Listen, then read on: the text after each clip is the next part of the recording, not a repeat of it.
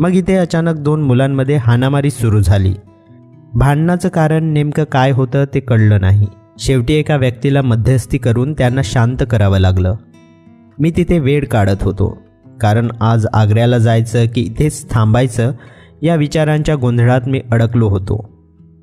निर्णय काही होत नव्हता आणि बाहेरचं भाजून काढणारं ऊन वेगळं त्रास देत होतं.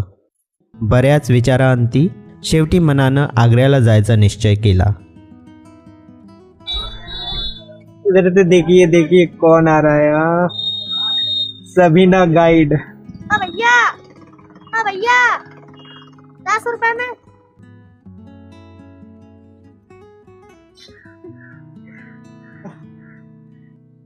वाटेत एका हॉटेलमध्ये पोटभर जेवण केलं. त्यानंतर एका छोट्या दुकानात जाऊन शेविंग करून घेतली. यहाँ से आगरा कितना किलोमीटर है? 40 किलोमीटर। सायकलच्या टायरमध्ये हवा कमी आहे असं जाणवलं. माझा स्वतःचा पंप काढायला गेलो असतो तर सगळं सामान उघडावं लागलं असतं. म्हणून जवळच्याच दुकानातून हवा भरून घेतली. माझा स्कार्फ कुठेतरी रस्त्यात पडला. लक्षात येताच तो कुठपर्यंत माझ्यासोबत होता हे पाहण्यासाठी लगेच कॅमेऱ्याचे फुटेज तपासले. सायकल वळवून मी निराश मनाने रस्त्याच्या दुसऱ्या बाजूला बघत गेलो. पण काय आश्चर्य, मध्ये दुभाजक असूनही तो रस्त्याच्या दुसऱ्या बाजूला पडून माझी वाट बघत असलेला मला दिसला. ये ना, ये अभी गिर गया था यहीं पे।